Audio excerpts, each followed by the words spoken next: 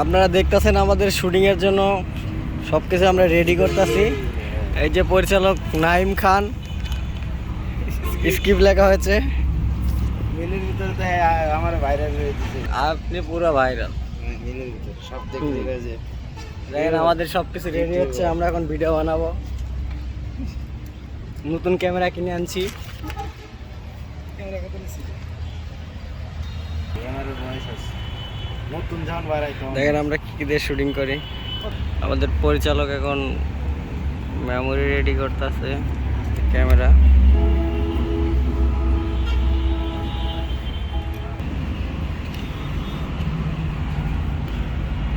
পরিচালক নাইম খান বর্তমানে হিরো আলমের রিয়ামনিরে নিয়ে ভাগিয়ে আসার চেষ্টা করতেছে। এটা হচ্ছে পরিচালক নাইম খান।